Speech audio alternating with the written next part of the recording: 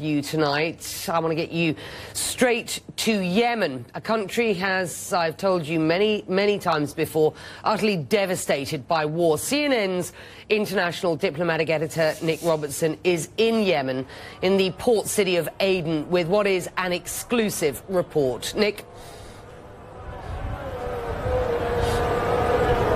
Becky, what we're learning while we've been here in Yemen and in Saudi Arabia about the Houthis, about the situation in the country, has been staggering. We've been to places, visited people, talked to people who haven't had a chance to tell their stories yet. But one of the stories here is now coming out in UN reports, and that is that the missiles, the ballistic missiles that the Houthi rebels are firing into neighboring Saudi Arabia, they're getting help from Iran. The missiles in the UN report, the UN says, are Iranian-made. Saudi officials gave us exclusive access to one of those missiles that they shot down en route to the capital, Riyadh. Laid out in a Saudi military base, the remains of a ballistic missile fired from Yemen. Some of the missile fragments, like these, are tiny. The Saudis say they were scattered across the desert from where their anti-ballistic missile system shot this down as it was flying towards the capital. CNN is the first news crew to be shown this Houthi rocket, brought down last month about 15 miles from Riyadh. It is evidence, officials here say, Iran is backing the Yemeni rebels, who are increasing attacks targeting Saudi civilians. It's the positioning of these valves on the side of the missile that convinced the Saudis this is Iranian manufactured. They say they have to do a lot more testing on this, scientific analysis of the metals, they have to look at the explosives and look at the electronic circuit boards here as well, examine the wiring, figure out, for example, where the chips on this circuit board were made. Their immediate worry, though, a missile hits the capital. Population more than 7.5 million people. The Houthis, he has to know, even with the hostile act, there is a red line. What's the red line? We cannot declare the red line, but if our vital point or our people, they have been affected because of the ballistic missile, the Houthi, he has to assume it's going to be very painful to him. It's not the only recent escalation that's worrying the Saudis. This month, Saudi officials say they stopped an Iranian-aided Houthi attack on an oil tanker in the Red Sea. The Houthis vow more attacks may come. But both the shipping and missile attacks point to a potential dangerous overspill of Yemen's civil war. The Saudis say they believe this massive missile was smuggled into Yemen in separate parts, and the clue, they say, is in the welding here, different types of welding covered with different shades of paint. The last one being fired and intercepted 30 minutes ago or 1 hour ago, now we are reaching up to 88. The Kingdom of Saudi Arabia have received 88 ballistic missiles from the Houthi. In the past few months, the pace of missile attacks has picked up, with more fired at major cities.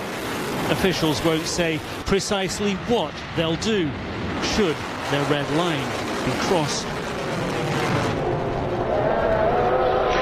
And you know, just since we did that interview and saw that ballistic missile just a few days ago, there's been another ballistic missile fired by the Houthis into Saudi Arabia. So this concern grows. There seems to be an increase. And while the spokesman and other officials we've talked to won't talk about what happens if a red line is crossed, it's very clear that this escalation is giving them great cause for concern about what's happening here in Yemen.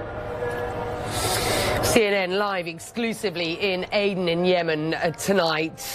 Nick, we hear that the Saudis are depositing $2 billion in Yemen's central bank to shore up the weak Yemeni currency. What is going on here? Yeah, I met with Yemen's Prime Minister yesterday. We sat down and talked for several hours, and the economy is one of his biggest concerns. I was out in markets today talking to Yemenis on the streets here. It is one of their biggest concerns as well. The value of the Yemeni rial has halved, dropped by half in recent months. What the Yemeni Prime Minister told me is that they need more help.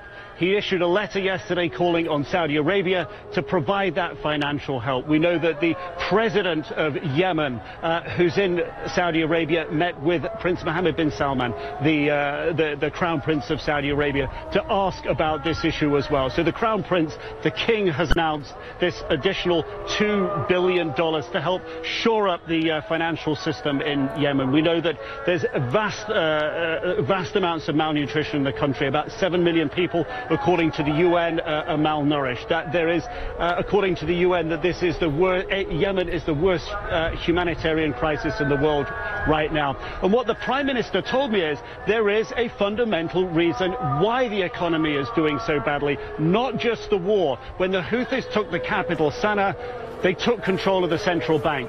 Since then, the legitimate elected government of Yemen that's here in Aden has re-established a central bank. It's internationally recognized. They have their money, the bills, printed in Russia.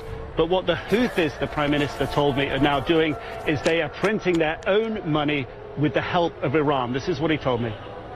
The Yemeni rial deteriorated because of the later practices made by the Houthis, as they tried forging and printing the currency against the law.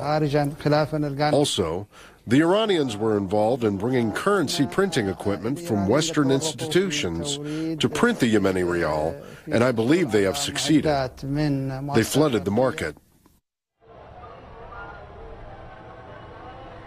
So that's his problem, he says, that there's too much currency washing around because the Houthis, who no longer have control of the legitimate central bank of the country, are printing their own money as if they are. So how can the government, he says, therefore manage the economy? He also told me that when the Houthis came and took the central bank in the capital, that they looted $5.2 billion in hard currency.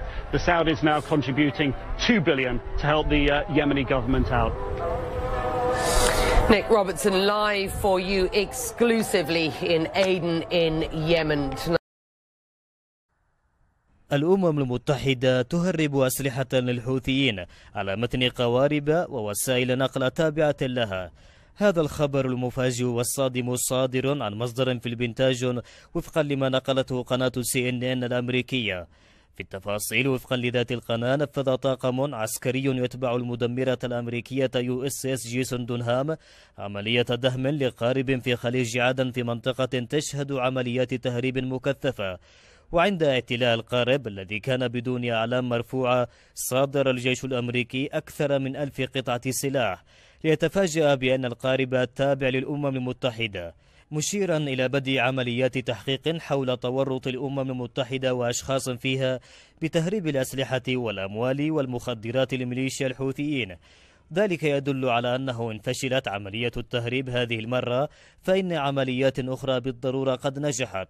وربما يفسر هذا أيضا عدم قدرة التحالف على منع تهريب الأسلحة الإيرانية إلى الحوثيين. مواطنون في صنعاء كانوا قد شكوا في الأسابيع الماضية من تحويل مقرات الأمم المتحدة ومنظماتها في صنعاء إلى معسكرات للتدريب بالأسلحة الحية بمختلف أنواعها، ما يعني تضافر مزيد من المعلومات والدلائل عن تورط الأمم المتحدة في عمليات تهريب الأسلحة وربما المخدرات والبشر.